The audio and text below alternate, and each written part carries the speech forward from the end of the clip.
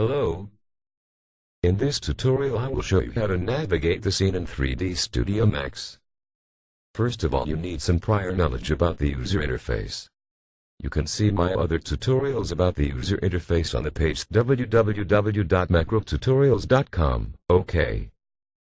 When I say navigate the scene, it means move you around your object, change the point of view, zoom in and out and so on. Let us start. This is the screen what appears when you open the program. The first thing we need is a scene. I will use one that I created previously to show you. So, I select in the main menu bar the section of File. Choose Open. And appears this dialog box. Now just select the location of my file scene. And when I choose the right folder, the dialog window shows a list of the files with the extension Max. Then select the file and click the Open button. Wait until the program loads all the information. Like this is a simple scene, the file loads very quickly. Note that appears 4 viewports. Perspective, top, front, and left. This is the default configuration of 3D Studio Max. The only one in 3D is the perspective, and note that looks different to the others viewports, because it's the only one that in the moment doesn't appears in wireframe mode. The other viewports show the scene in 2D, 2 dimensions. The front viewport shows the scene from the front. The left viewport shows the scene from the left. And the top viewport shows the scene from the top. Note that the perspective viewport in the moment have a yellow line surrounding the interior. This means this is the active viewport. The active viewport means is the viewport selected for the rendering process and for visualize the animations. But in the moment, the scene looks confused and is not easy to visualize all, isn't? So, you can change the size of the viewport to visualize everything better. Just move the mouse over the separations line between viewports and now the mouse pointer changes of form to a double arrow. You see.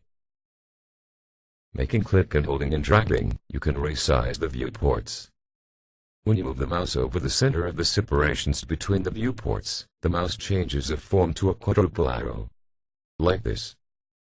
And if you make click and hold it and drag, this resizes all the viewport at the same time.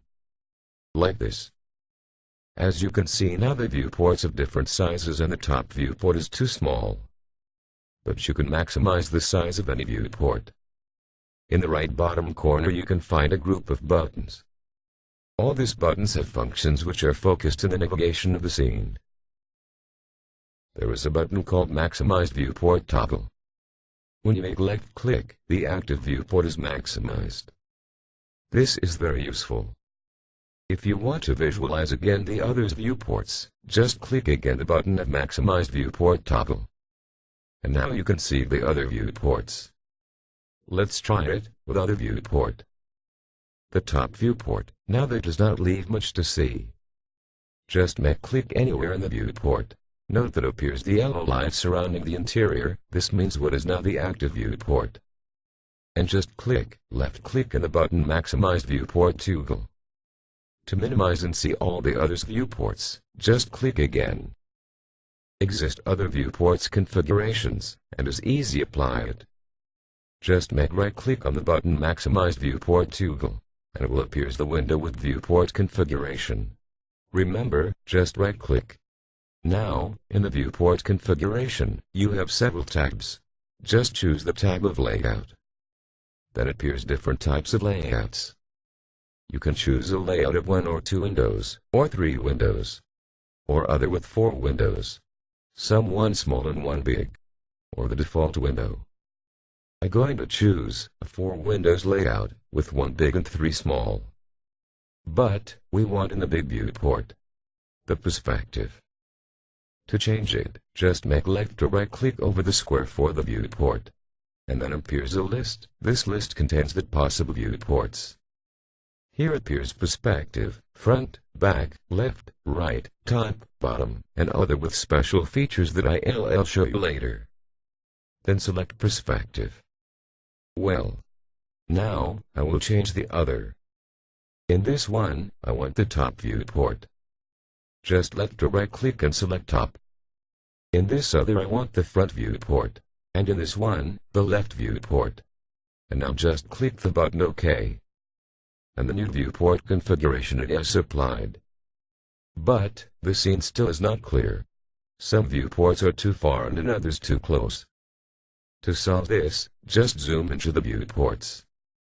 You can zoom all the viewports at the same time, making click on the button Zoom Extends All. Now all the viewports are showing everything in the scene. You can zoom in or zoom out into a specific viewport using the scroll wheel in the mouse. Just select the viewport, making click anywhere, and rolling the scroll wheel forwards to zoom in, and backwards to zoom out. Now with other viewport, just make click anywhere to make it the active viewport, and move forwards to zoom in, and backwards to zoom out.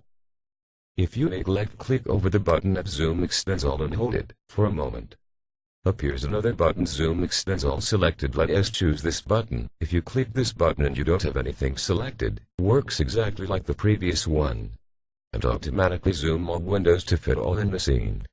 But if you have one or more objects selected, this will zoom all the viewports to fit these objects.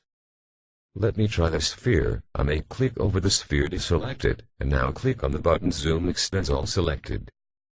Now all the viewports fits to the sphere. Sometimes with another click fits better. To fit to all the scene, make click on an empty space on the active viewport. This to unselect the objects. And click again the button. To return to the previous button, make left click over the button at Zoom Extends All selected and hold it for a moment. Appears another button Zoom Extends All and choose this button. But if you want to zoom and fit only one viewport, then click on the button Zoom Extends. Let us try with a perspective viewport. Just click on the button at Zoom Extends and all the scene fits in the viewport. Like in the previous button, if you make left click and hold it for a moment, will appears another button. Zoom Extends selected. If you click on it and doesn't have any object selected, this will works exactly as Zoom Extends. But if you have one or more objects selected, this will fit the window to visualize the selection.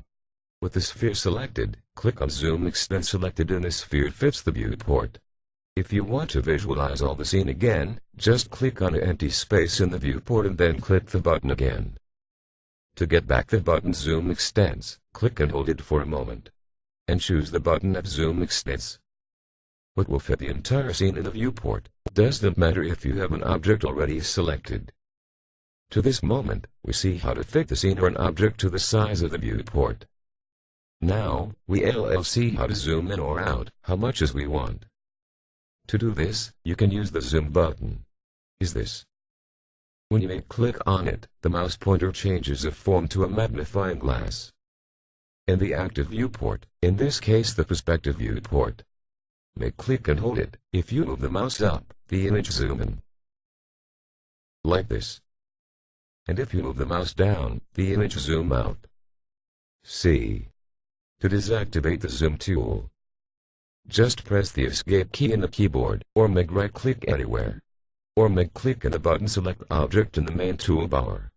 This one, remember you can zoom, in the same way that I just show you, using the scroll wheel in the mouse. Just move the mouse over the active viewport and make left click, anywhere. Now, roll out the scroll wheel forwards to zoom in, and backwards to zoom out. This usually it's more faster. This tutorial will continue. Find the second part in www.macrotutorials.com.